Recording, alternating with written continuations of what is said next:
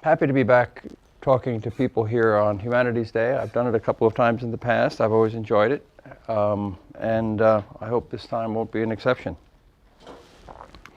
It's such a beautiful day, I'm thinking maybe we should have done Keats's To Autumn, but maybe I'll be invited back to do that in the future. So this poem we're talking about today, Wordsworth's Intimations Ode, or Immortality Ode, sometimes called his Great Ode, was a poem that was recognized as a special thing in its own time. It was reworked by the greatest poets of the next century.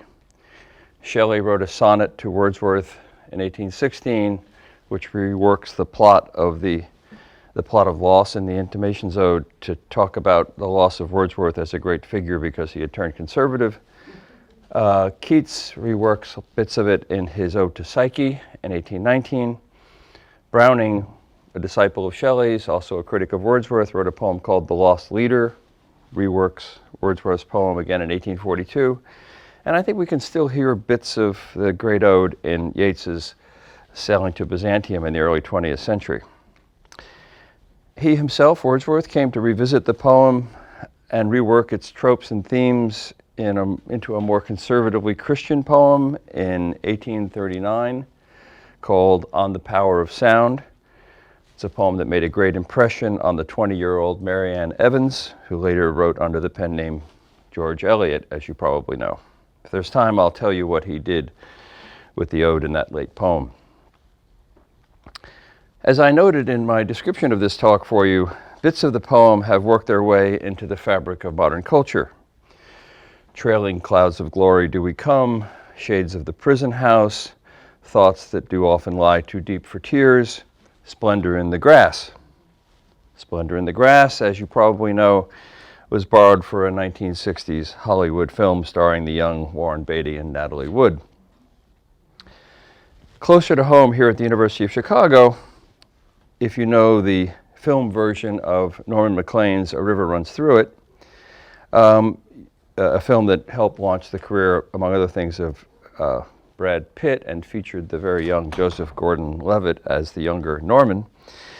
You might recall that the Norman character in the film has an exchange with his Presbyterian minister father in which they take turns reciting two famous passages actually from the ode, finishing with some famous lines from the poem's final stanza.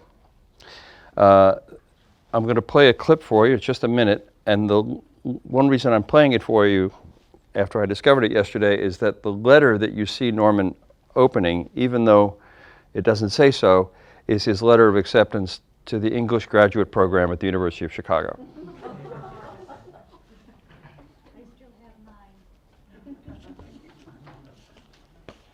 It's going to be valuable someday. Okay, can we play that clip?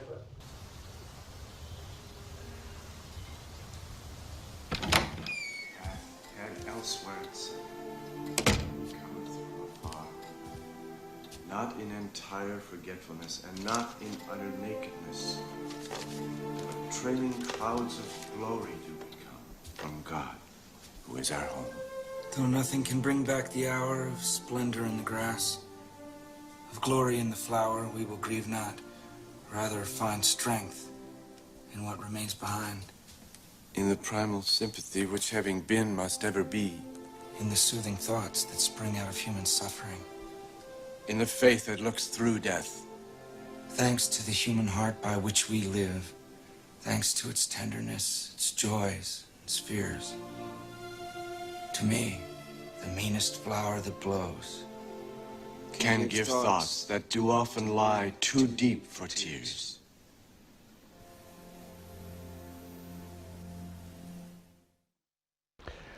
We had a premiere of this film here at the University of Chicago. Robert Redford was in attendance.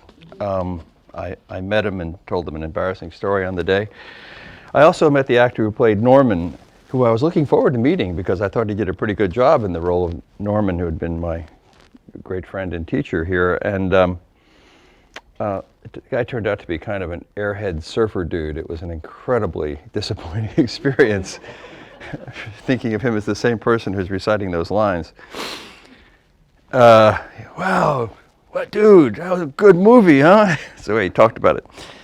Anyway, this scene was added to the screenplay for the film adaptation. It was not in Norman's book, but it's not far-fetched to see the book itself as following Wordsworth's ode in the way Norman offers the book as a consolation for a great loss, in this case, the premature death of his younger brother, by virtue of literary art, Norman's own writing in the book, and in this case, paralleled by his brother's art in the practice of fly fishing. I got to know Norman pretty well from the time he was working on the book in the early 1970s until his death in 1990. Our bond was Wordsworth, who was by far his favorite poet. When A River Runs Through It came out, I read it and wrote an admiring letter to him at his summer residence in Sealy Lake, Montana. I mentioned at some point that I thought there was a lot of Hemingway in the book. He wrote back, irate from Sealy Lake, at the thought that I could have confused the influence of Wordsworth on him for that of Hemingway. "You of all people should know better," he wrote with an exclamation point. Our exchange of letters is, in fact, I think, in the papers and special collections if you want to go look at it. And for Norman, the ode was at the top of his list of works by the writer he considered the greatest lyric poet in English. So why has this so-called great ode been accorded such high standing in the canon of English poetry? Does it deserve it? What makes it so great? These are the questions I'm going to direct today indirectly, mainly by taking you through a consideration of what I have found most impressive about this challenging poem and its intricate design. It's a poem that can still give pleasure, I think, on a first reading for a reader with an ear for language, even for us modern readers, but it's also a poem that rewards repeated reading and close attention. I've been studying it, teaching it, and writing it for about 50 years, I guess. I can direct you to some things I publish about it if you like, if you want to email me. I still don't have all the answers, and I never will, but I'll share with you some of what I've come to see and hear in its 204 lines. I also a lot of Wordsworth in this book that you were so kind to praise. It's true, right? Right at the beginning, even though it's a book about doing criticism across literature and cinema. But that's the last time we're going to talk about the book. I should say at the start that I'm not going to say much about Wordsworth's famous claim later in his life that to finish this poem he used Plato's myth of preexistence as an Archimedean point to stand so he could finish the poem. He was not, like, say, Shelley, a serious Platonist. Nor am I going to say much about Wordsworth's biography or about the revolution in poetry that he and his partner Coleridge undertook in the 1790s in the wake of the American and French revolutions. I gave a talk about that for another Humanities Day event some years ago, and you can still find it online if you like. Today, we'll barely have time to address the poem. Now, Wordsworth called his poem an ode. When it was first published in his 1807 collection, it was simply titled Ode. We're reading the version that he revised for the 1815 poems. So what then is an ode? Think of it as a substantial lyric poem written in elevated language, which addresses a person, object, or theme in stanzas that tend to move back and forth between differing moods or perspectives. It is one of the oldest forms of lyric in the West, going back to the Greeks, Pindar and Sappho, and the Greeks supplied the names for the stanzas as they play off each other in the course of the ode, strophe and antistrophe. It began to be revived in English, like other Greek things, in the Renaissance. Wordsworth, romantic that he is, does not follow the rules strictly, and neither do Keats and Shelley after him in their great odes. But some of the features of the ode form are in play in the Immortality Ode, and especially a sense of a sustained argument on a theme, in this case immortality, with strong movements and counter-movements back and forth. Let me begin then.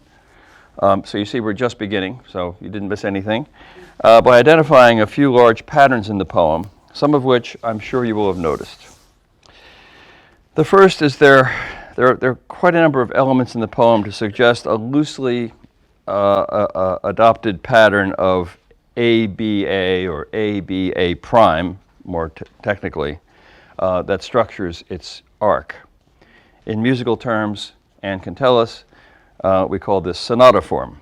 So for example, early in the poem there are some pastoral motifs present, especially in stanza 3. Now while the birds sing a joyous song, and while the young lambs bound as to the tabor's sound, for example. A tabor is a primitive drum played with a stick, such as might have been played by the happy shepherd boy who appears at the end of stanza 3.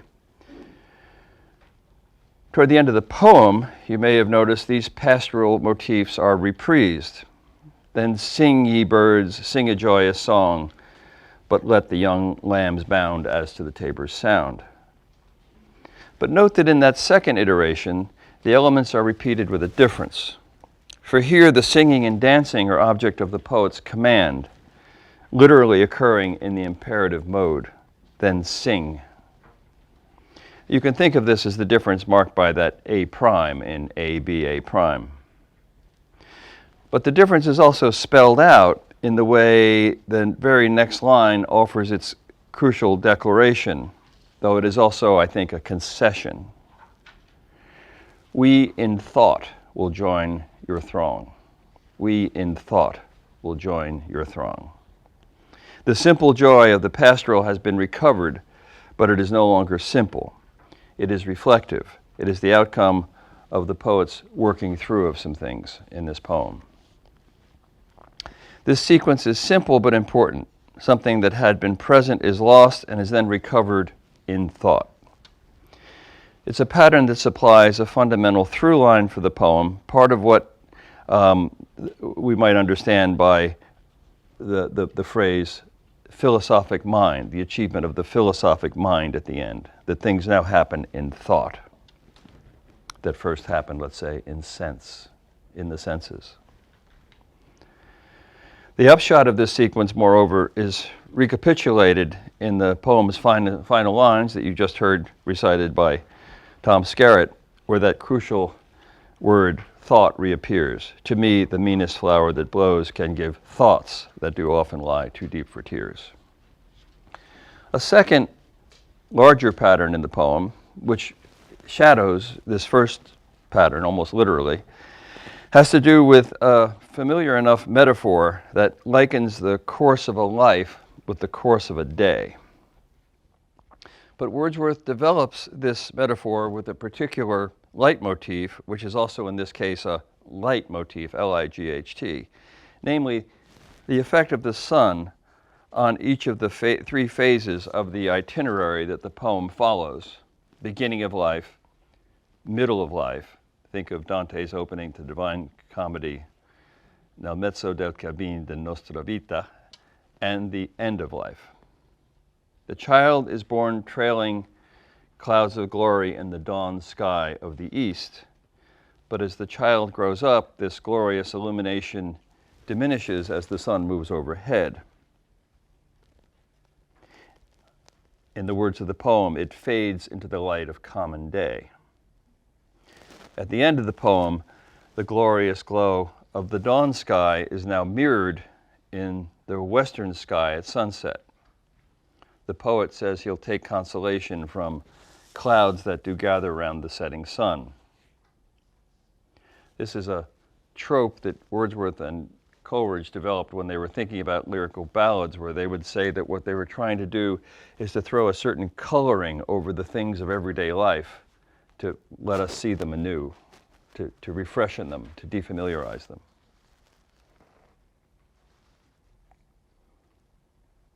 It's a figure for how the poetic imagination works, often in the modern world of secularized religious sentiment, finding the marvelous in the everyday.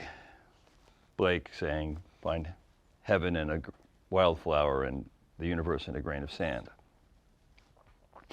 So these are a couple of the poem's larger structuring patterns of themes and images, and it's important to see how they fit together. The joyful glow of dawn clouds is lost in the light of common day, but it is recovered in its mirror image, the now pensive glow of the clouds that gather around the setting sun. So far, so good? But what about the poem's working through of the issues that enable this kind of spiraling progress, being able to come back to the A as an A prime with something gained, maybe something lost too.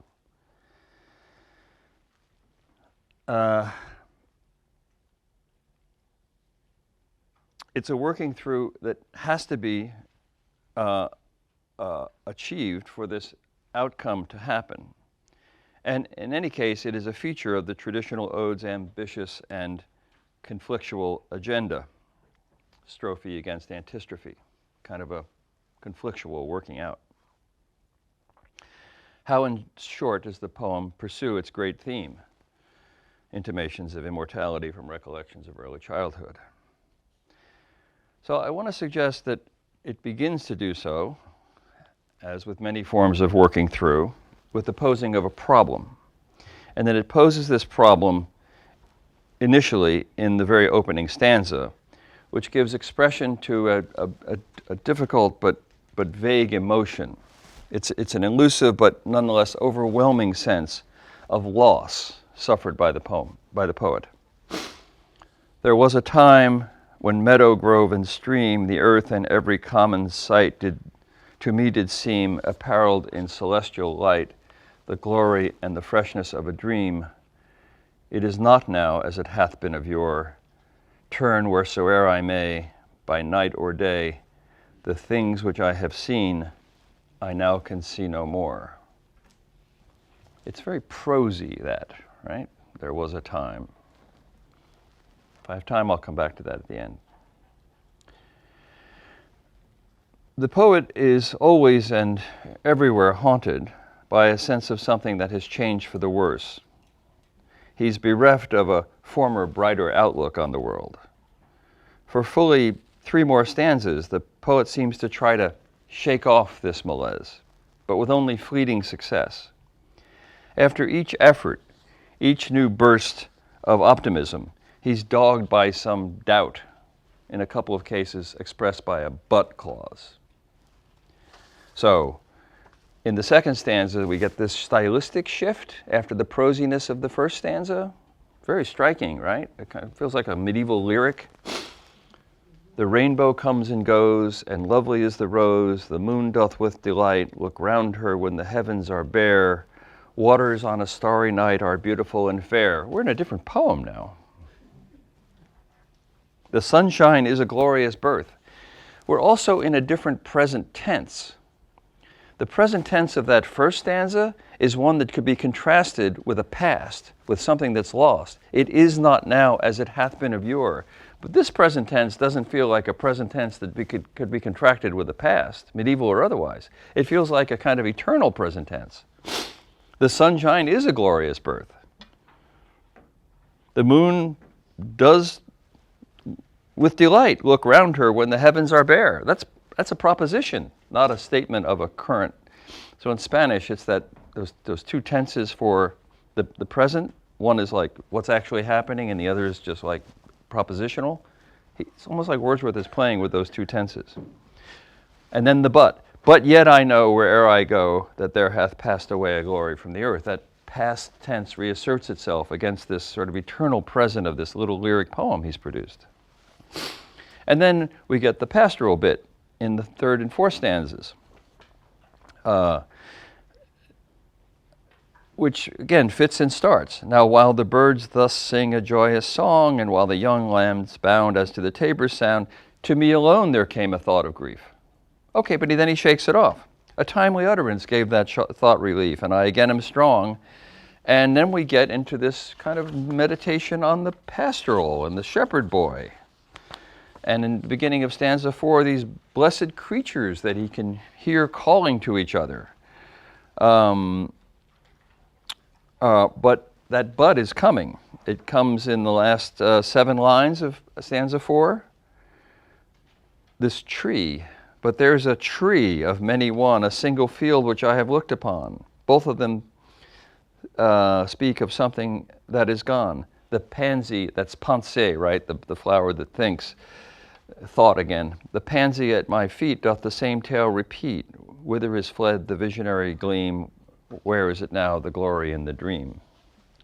Now, we know from Wordsworth's letters and related documents that when he got this far with the poem in 1802, these 4 stanzas, he was stymied. He put it away. He put it in a drawer for 2 years. But you don't even, I think, need to know this bit of biographical information to see that there's a break between stanzas 4 and 5. Stanza 5 marks a new beginning for the poem, and one that is thematically signaled by the figure of the birth. Our birth is but a sleep and a forgetting. It is true, as we were just saying, that stanza 2 had seemed like a new beginning with that lyrical utterance. The rainbow comes and goes, and lovely is the rose. But this one seems to have a different kind of momentum. It's got legs. What marks this new phase of the poem? Well, I think by contrast with those fitful starts and stops of the first 4 stanzas, which end with that question which stops the poem for our reading and for Wordsworth himself in the writing, the new beginning that he takes up in 1804 is in a dramatically new register. Our birth is but a sleep and a forgetting. This is the passage that Tom Skerritt read. The soul that rises with us, our life's star, hath elsewhere its setting, and cometh from afar, not in entire forgetfulness, and not in other nakedness, but trailing clouds of glory do we come from God who is our home. Now, note that one subtle alteration in this new mode or mood that's introduced in stanza 5 and will be sustained for 4 stanzas is that we have a shift in the first-person pronouns here. The first 4 stanzas had been the expression of a relentlessly singular first-person speaker, even a solitary speaker. To me did seem, the things that I have seen, I now can see no more. To me alone there came a thought of grief.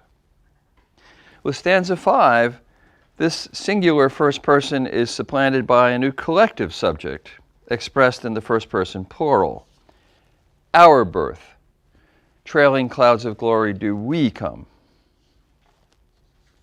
So when I say that this new effort in the poem has legs, I mean that it is sustained over fully 4 stanzas, going on to trace a narrative of growth and development for this child that now, or who now represents something like collective humanity, this child. We watch the child in its pleasures and its activities as these unfold over time. And that narrative lasts all the way to the end of stanza 8. Now, this developmental narrative in the middle 4 stanzas, 5 to 8, is a story, especially, I want to stress, of the child's relation to language and imitative activity. No longer a babe in the lap of Mother Earth or a 6 years darling of a pygmy size, the boy acquires aspirations and ambitions which lead him, quote, to fit his tongue to certain forms of discourses taken from the world as he imagines it. Stanza 8 asks us to behold the developing child as he finds his way in the world of human plans and schemes. Or is it stanza 7? Let me see.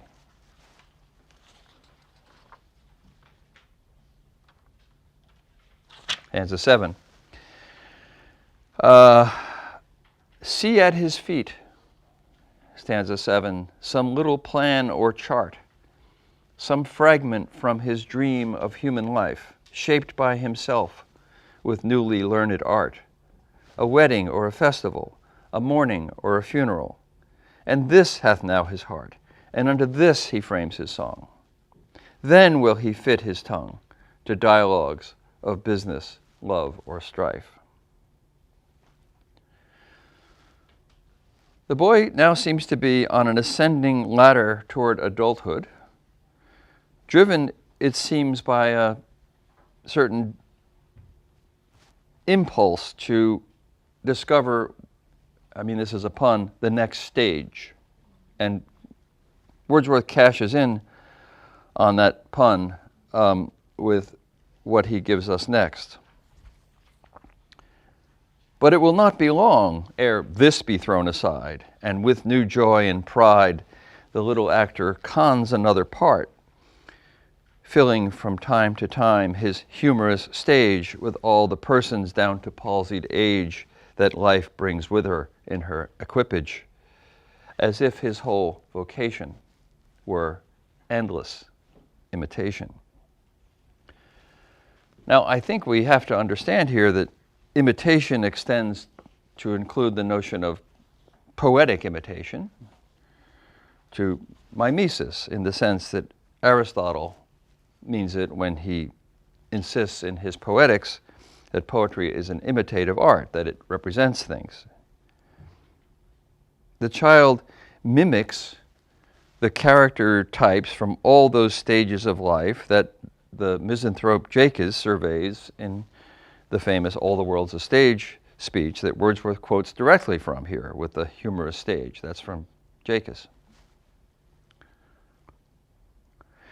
Jacques had allegorized the human trajectory as a cycle in which our end, as you all will remember, is sans teeth, sans eye, sans taste, sans everything, and spells a return to our infantile beginnings, a different kind of ABA. But Wordsworth has a different kind of return in mind. If stanza 5 initiates a relatively sustainable new mode or mood for the poem with its narrative of the emblematic child's progress through life, this phase of the poem also comes to a different kind of end itself, this middle phase, or anyway, it comes to a troubling suspension, not unlike the one at the end of stanza 4, and it does so at the end of stanza 8. And like the end of the first movement of the poem, at the end of stanza 4, whither is fled the visionary dream, this one surfaces with a question. When the speaker addresses the child one last time, he says, thou best philosopher, seer blessed.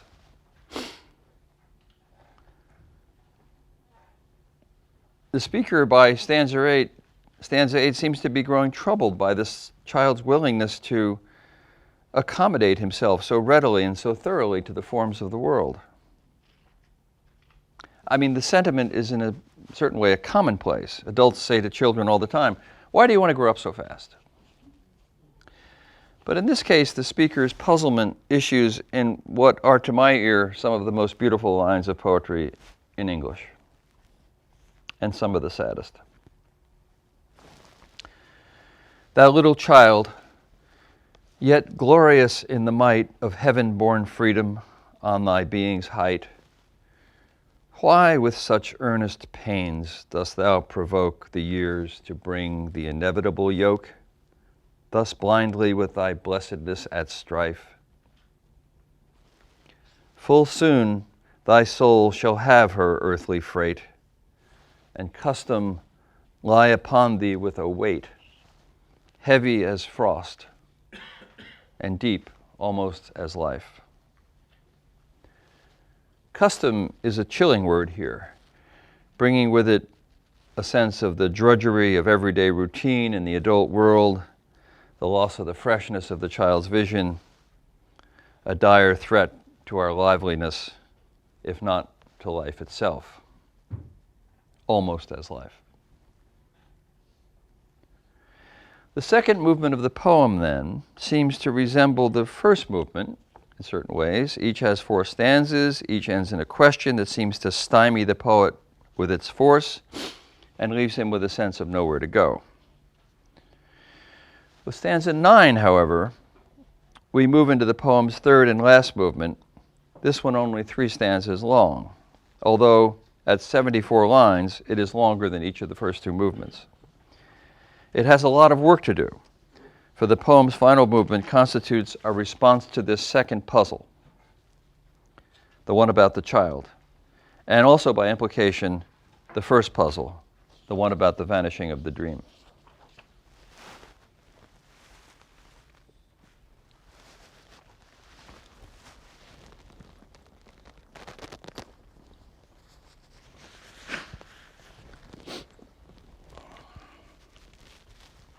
Autumn brings allergies.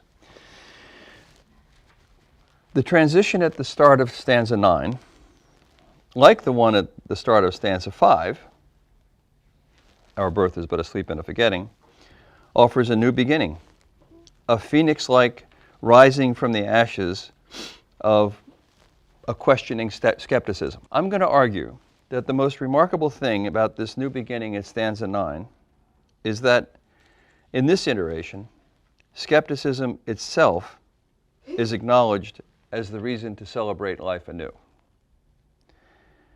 So let's have a look at them so I can explain to you what I mean by that. These lines are tortuous, not always well understood in spite of a certain dogged explicitness in their formulation. Some people have likened this "O Joy" to Wordsworth's Freude in the last movement of the Ninth Symphony, written about the same time. It's joy, it's the joy code. O joy that in our embers is something that that might live, that nature yet remembers what was so fugitive. The thought of our past years in me doth breed perpetual benediction. Not indeed for that which is most worthy to be blessed, delight in liberty, the simple creed of childhood, whether busy or at rest, with new-fledged hope still fluttering in his breast. Not for these raise I this song of thanks and praise, but for those obstinate questionings of sense and outward things, fallings from us, vanishings, blank misgivings of a creature moving about in worlds not realized, high instincts before which our mortal nature did tremble like a guilty thing surprised. This is a dazzlingly complex passage, and I'm going to return to it shortly, but one point to its complexity, but one point it is crucial to be clear about is how the speaker of the ode now seems to claim redemption from the vexing fugitivities of stanzas 1 to 4, whither has fled the visionary gleam, and from the puzzlements of the story that unfolds in stanzas 5 to 8, why dost thou provoke the years to bring the inevitable yoke? And he does so not by recalling the naive faith of the child, what he calls the simple creed of childhood, but by pointing to the child's doubts, his, as it were, philosophical skepticism about the world of the senses. And so by philosophical skepticism here, I mean the modern tradition launched by Descartes, in which the evidence of the senses is brought into question, although Descartes wasn't the first to do it. And this, I think, is the skepticism that the poem means to be indicating by what it calls the child's obstinate questionings of sense and outward things. Okay, you might agree that the words seem to say that, but then you might wonder, what does this skepticism refer to in the poem? Where does it gain purchase in that collective narrative of the child in this poem's second movement? What's he talking about? So bear with me. I think the best answer one can make is that it turns out to be precisely the child's tendency to wish to grow up too fast, that tendency that was so mystifying and vexing to the speaker toward the close of the second movement that the speaker is now pointing to. By the end of the second movement of the poem, these tendencies are couched as betraying a certain sense of, let's call it conformity. The child seems to be conforming. It seems like he's selling out, caving in, giving up, giving in to custom. Accommodations of his language, arts, to the forms of life inherent in human usage. Weddings or festivals, dialogues of business, love, or strife, in the fundamental ritual practices of human society. That the child's dream, his plan or chart of life, should aim at the customary world of adult practice, I think remains puzzling to the speaker until, in a moment that, like the best Aristotelian plots, unites reversal and discovery. Then he comes to understand that his appetite for human ritual, the child's, is not so much a hastening on of the familiarizing film of custom as a deep expression of dissatisfaction with the merely sensual order of the world. The forms of human life that the children embrace now are revealed as embodying their doubts about whether this world, the world of the senses, washing over us day by day, is enough to satisfy them. This is not everybody's reading of this poem, but I think the problem has been that the influence of especially Coleridge's comments, that what he and Wordsworth set out to do was to remove the film of custom from everyday life and to create epiphanies, has been misleading. My dissertation was about Wordsworth and habit. Everybody said he was a breaker of habits. No, I said he's a maker of habits. I said he was a Burkean. That's how committed to habit he was.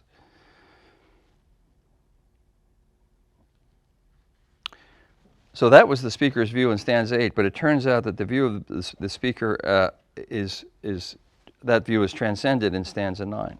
So let me restate this point, just so it's clear.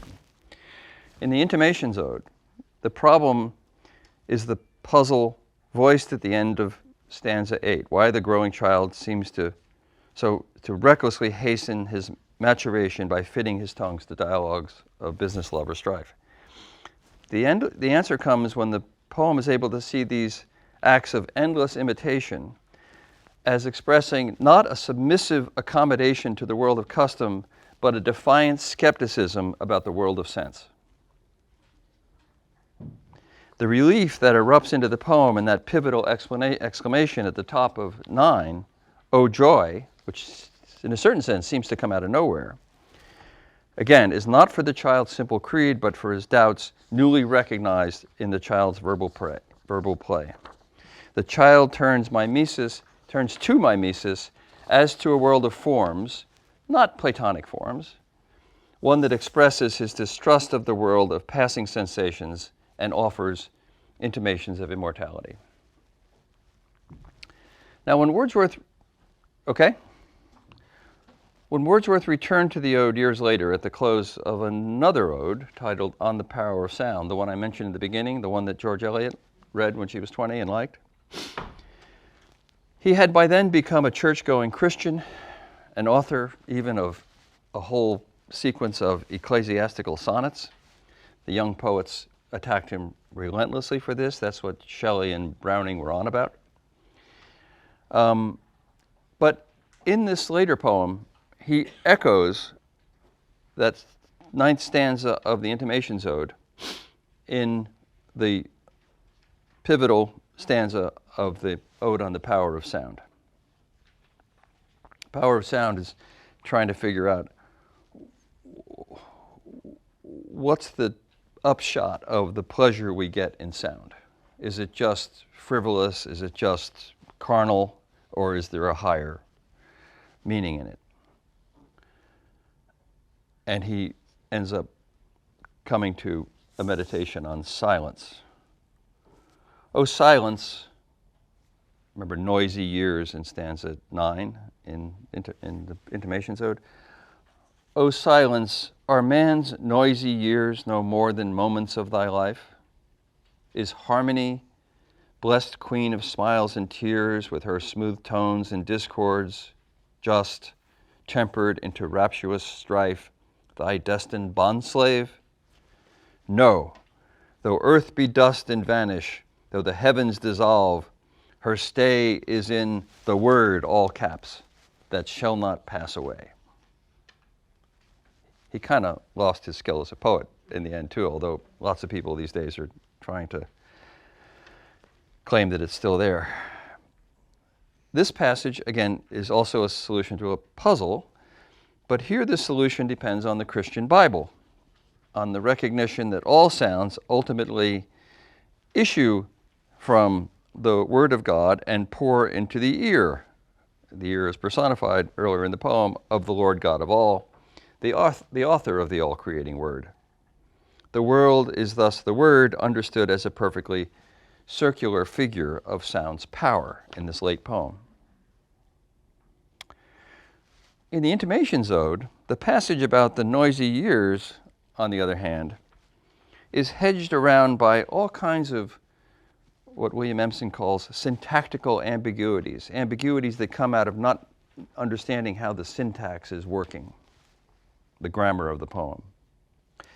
And these problems in the original passage depend on two prominent echoes that are internal to the passage. But for at line 141, and but for, and then which at line 50, and which at 157. So look at stanza 9 while we're doing this, and you'll see.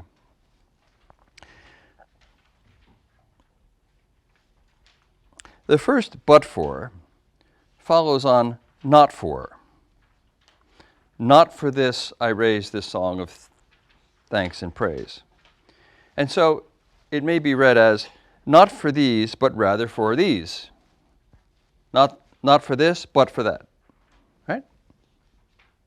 The second but for, however, is syntactically placed, but for those first affections, those shadowy recollections, so that it might also suggest except for. That is, there but for the grace of God go I. There but for the grace of God go I. Different sense of but for. This raises a question as to whether the second but for clause is to be understood in apposition with the first, kind of restating it, or as a qualifying of it. Earlier in the poem, those buts were qualifiers.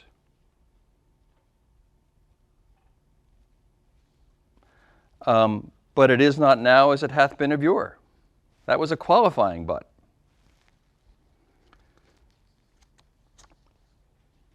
And this is a matter of serious instability in the grammar and logic of the passage. Likewise, though we might feel confident that the first which modifies those affections and recollections, just named in the same sentence with only a comma pause, it's difficult to know whether the second which neither listlessness nor mad endeavor can utterly abolish, is in apposition with the first, or whether it modifies what has just been named, separated by a semicolon, truths that wake to perish never, which.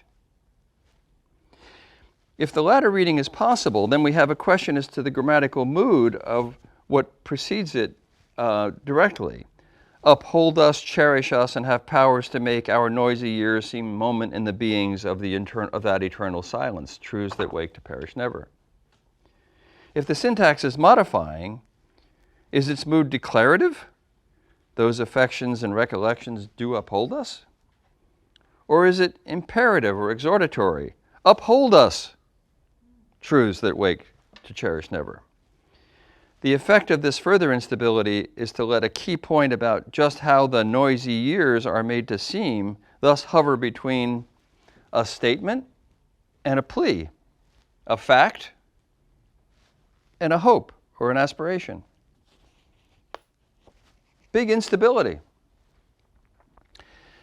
The larger effect of these syntactical ambiguities in the intimations ode is to undermine the logic of that decisive transition to joy in stanza 9, that declaration that seems to come out of nowhere. And it thus ultimately lodges the poem's claim to find consolation or affective renewal in something like the sound of its own words. In On the Power of Sound, the late poem, on the other hand, the primacy of sound's effective power is more like the problem than the solution. What do we do with all this power that sound seems to have? We got to corral it. We got to make it theological. The whole poem, in a sense, is about just that kind of effect, that late poem, that Wordsworth so brilliantly manages in the Intimations Ode. William Empson famously called this Wordsworth's shuffling in his poems, leaving things a little vague and ambiguous, a sense sublime of something far more deeply interfused. What does that mean? This effect, whose secular power strikes the older Wordsworth as dangerous, must now give way to Christian logos, the word issued and received by the Lord God of all, a transcendental figure that dissolves all distinctions of read or said, declarative or imperative. The sound of this word is not only virtuous, but virtual. It is the sound of the power of sound. Last paragraph.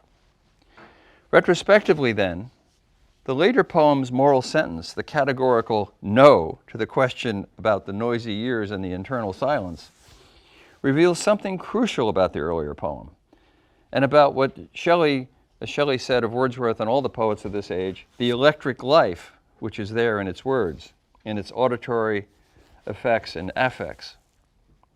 Despite its reference to the fountain light of all our day and master light of all our seeing, despite its metaphors of sunlight and skyscape, trailing clouds of glory, and so on, the Intimations Ode is finally absorbed in the sheer sound of its own named affections. Wordsworth may have had second thoughts about this feature of his extraordinary early lyric later on, but for many of us, it is a feature that crowns its singular greatness. Thank you.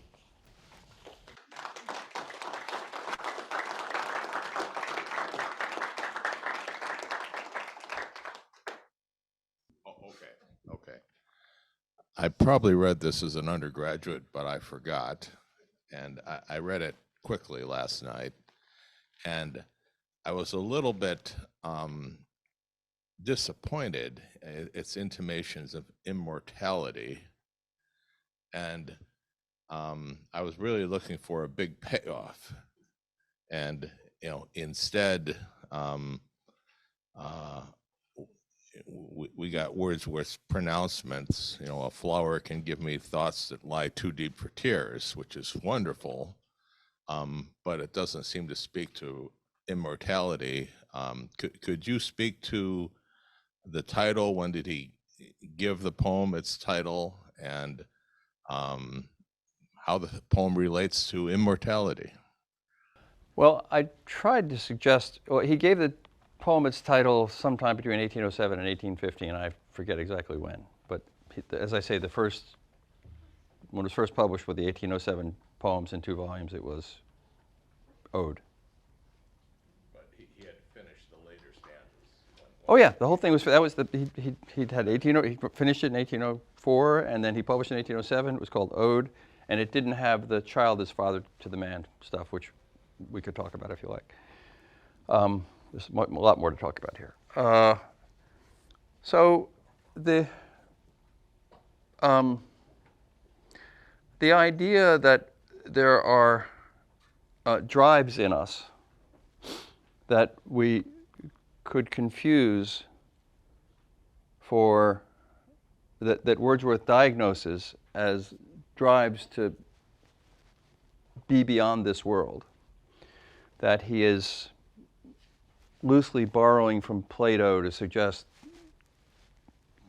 could be mythically explained as the fact that we have a pre-existence outside of this world. so we're not really at home here.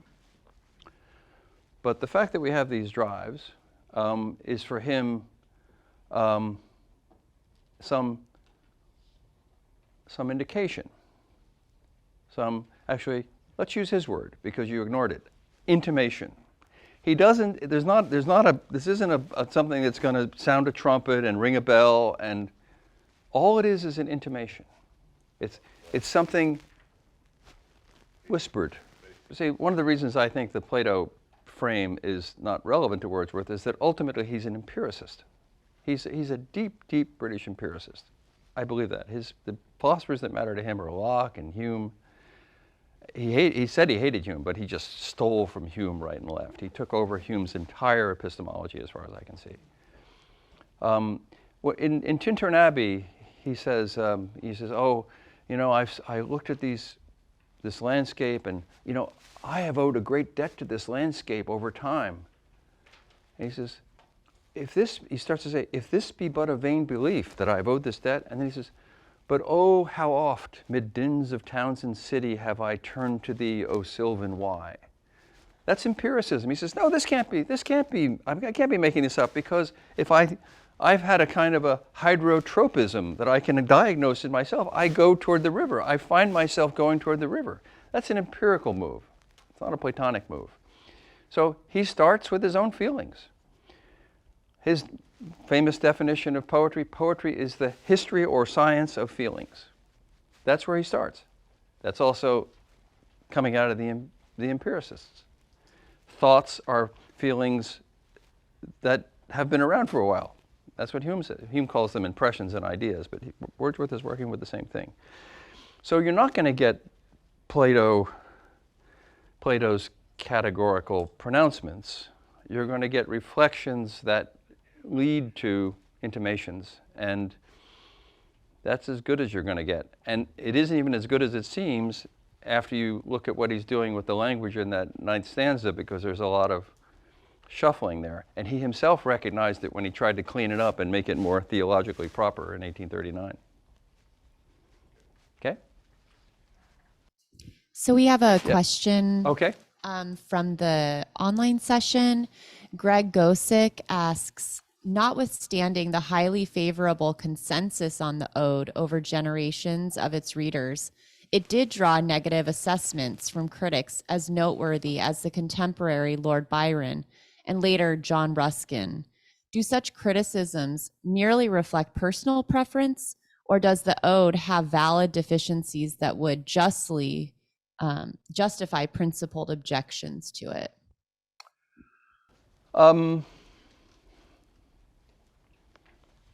There are no flawless poems. There are no poems that are beyond criticism, and sometimes the greatness of a poem is measured by the breadth and depth of the criticisms it gets, positive and negative. Shakespeare had a lot of critics over the years. The French hated Shakespeare. They thought he was chaotic, didn't follow the rules of time, place, and action. Byron and Wordsworth is a very complicated story. Wordsworth was not a very pleasant person. Virginia Woolf once said that she would be happy to spend a lot of time with Walter Scott's pig and Shakespeare's cat and somebody else, but she wouldn't walk across the street to have dinner with Wordsworth or Byron or Dickens. So she found them all singularly distasteful personally, and they're not very pleasant. Maria Edgeworth has a brilliant portrait of Wordsworth that I will send anybody who wants to see it in 1829. But Wordsworth himself kind of egotistically pointed out that first Byron stole from Wordsworth the makings of what became maybe his most successful poem, Childe Harold's Pilgrimage, especially the third canto where he's roaming around the Alps. And I don't think Byron would have denied that. But then Byron turned on him, as did Shelley, mainly for political reasons. They thought that he was already showing signs of this kind of ecclesiastical tendency. And Shelley and Byron were both poets who thought that that political tyranny in this period was supported by Christian orthodoxy. So they couldn't shake this sense of Wordsworth as having caved. When Mary Shelley read Wordsworth's great epic, The Excursion, in 1814, she said, "Percy and I read The Excursion today. He is a slave." That was her review. So in Byron's case, not to say the poem is beyond criticism, but in Byron's case, it's an ideological critique. He was sufficiently captivated by Wordsworth that his own epic poem, Don Juan of 1819 to 1824, a book-length poem, begins by inhabiting the framework of a poem by Wordsworth called The Thorn. Now, it inhabits it satirically, but there it is. He had to live inside that poem to produce his own epic. So there's a certain acknowledgement of Wordsworth's power, even when he's making his critique. Yes, sorry, should I recognize?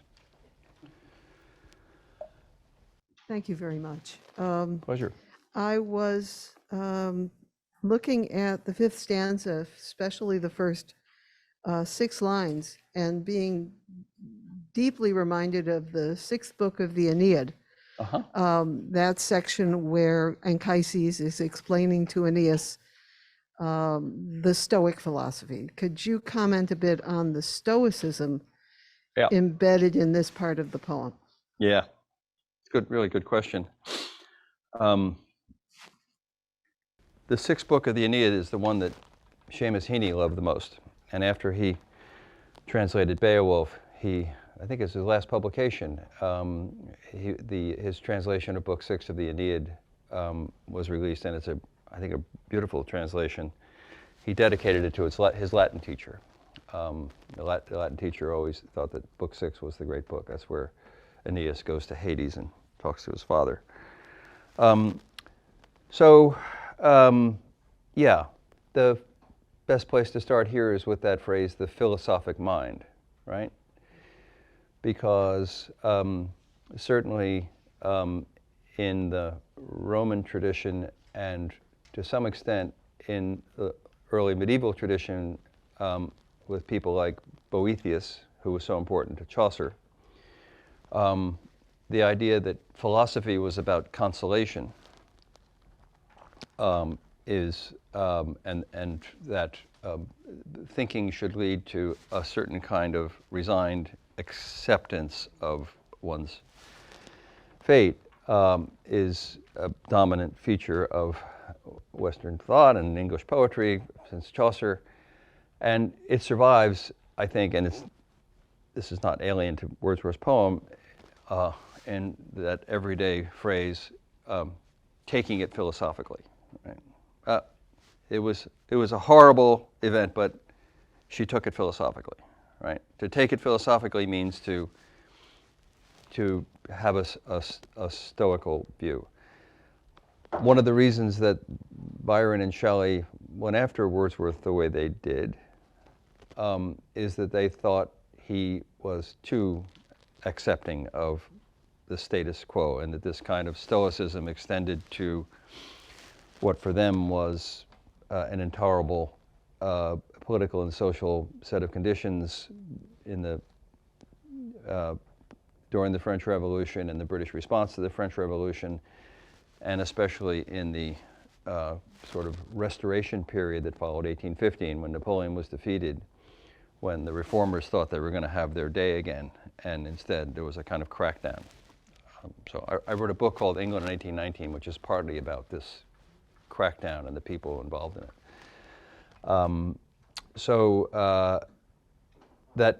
That stoicism is partly what they were on about. There's a lot of confusion about how they hold Wordsworth responsible for this, because this is actually one of his early poems. Most of the time they think he was okay when he was early and then kind of sold out, but this is, after all, an early poem. It's pretty stoic. One more or too late? We have a brief one, I think. Okay. So this one is a comment followed up by a question, shifting gears a little towards music. You are making a case for what Mozart did with the final movement of the Jupiter Symphony, 7-part fugue, and some of the most complex inversions in his canon. And then they write, would not also it be what Bach did in the final chorus of the B minor Mass? Does that make sense to you? It makes perfect sense, but And I it's going to thought- make more sense to Anne. Anne, can you take that one for me?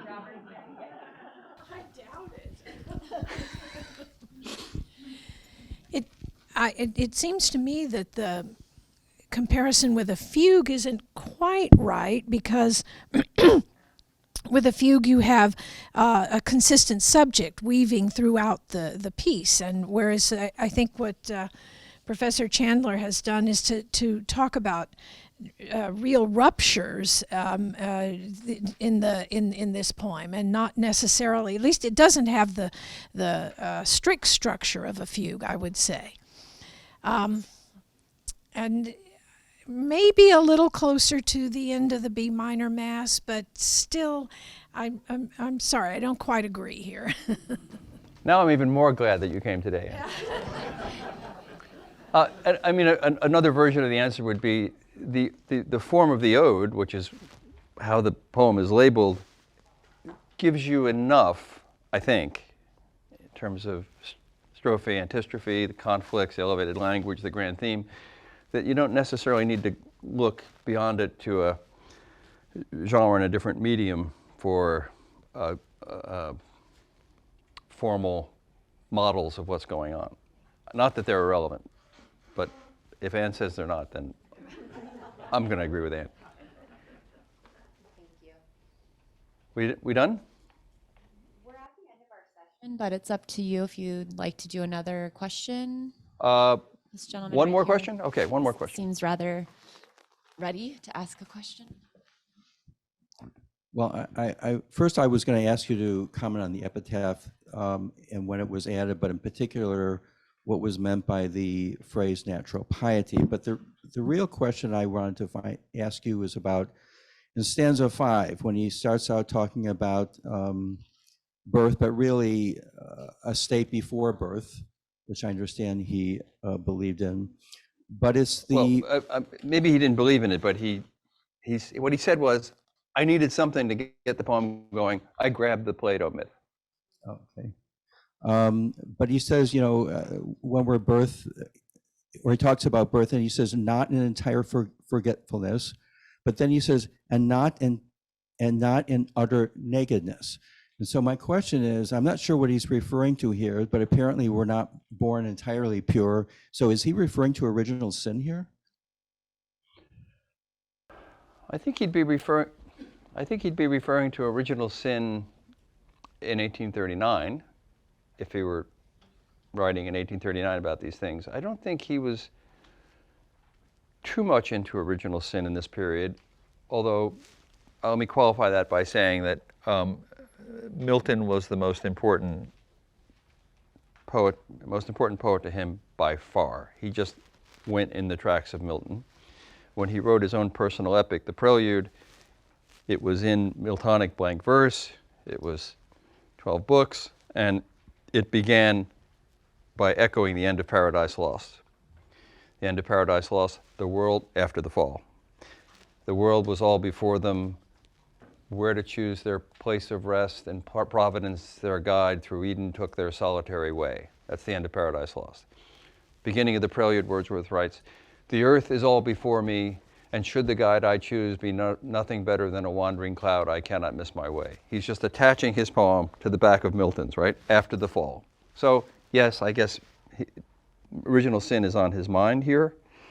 But whether that not nakedness is about original sin, it's a really good question. I like the question. I mean, it's certainly something that happens in Genesis and in Milton, right? That the clothing is a consequence of original sin. They're not comfortable with their nakedness anymore. They clothe themselves. The frame here seems to be the Platonic myth, though. And I think the way I've always read it, although you're making me think about it differently, is that it's that we don't come into the world without a prehistory. We don't come into the world without the rudiments of some mnemonic structure, some memory of some kind that is being activated, that enables recognition, right? That's part of the way that Platonic story works. The reason we can recognize things as things is that we know them from a prior life. So that's the way I've always read the not in utter nakedness, that the clouds of glory have to do with the memories of pre-existence, and then the clouds of sunset have to do with the memories of his life, now reinterpreted according to stanza 9. But I like the thought. I'll think more about it. Yeah. Referring to by the phrase natural piety in the epitaph.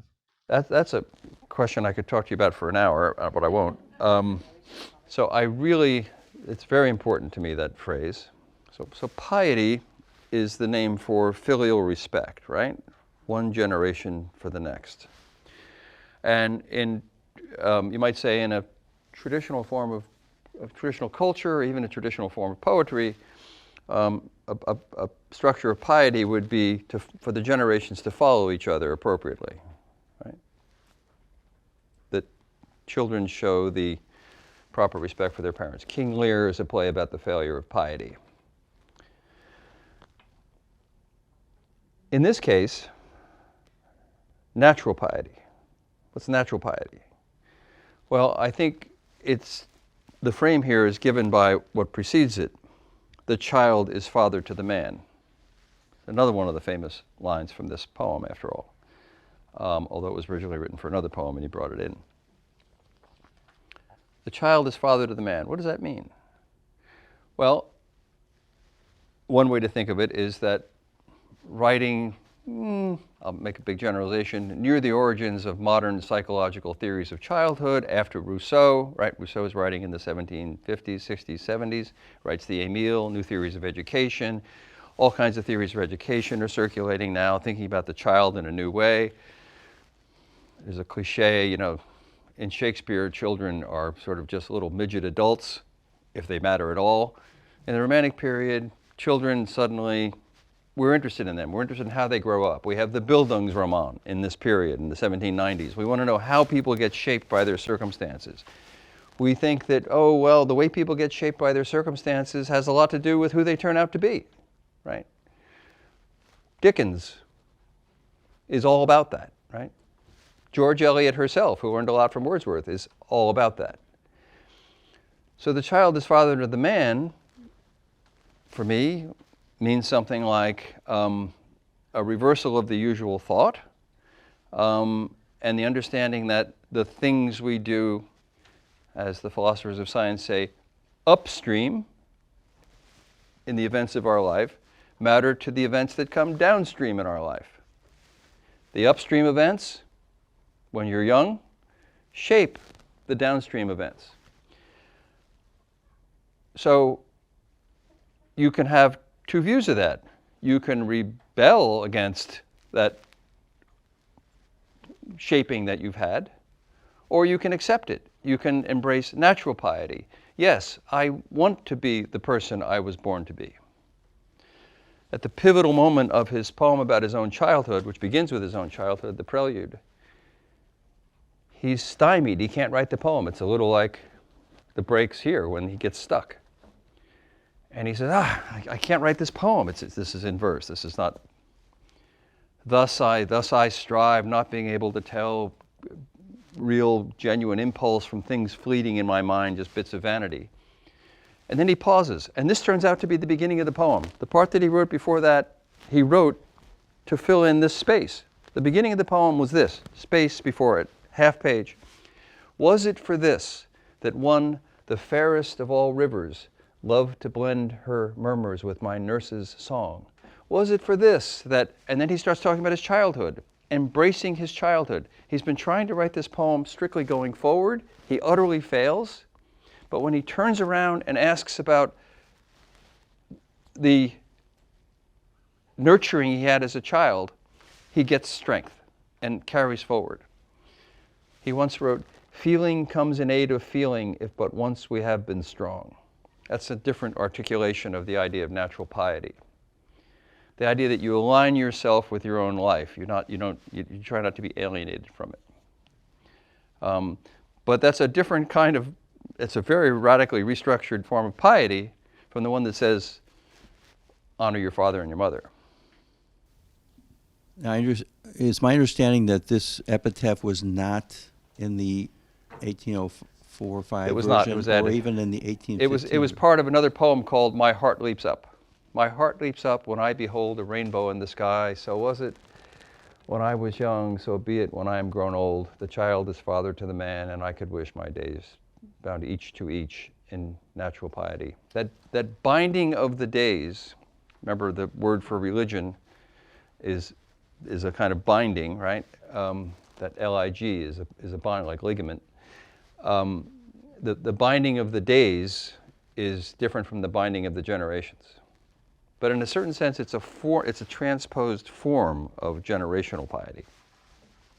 Professor, I think we have to wrap 'cause we're about Let's do. 15 over. Indeed. So, appreciate it. Go enjoy Ken Warren. Thank you for coming.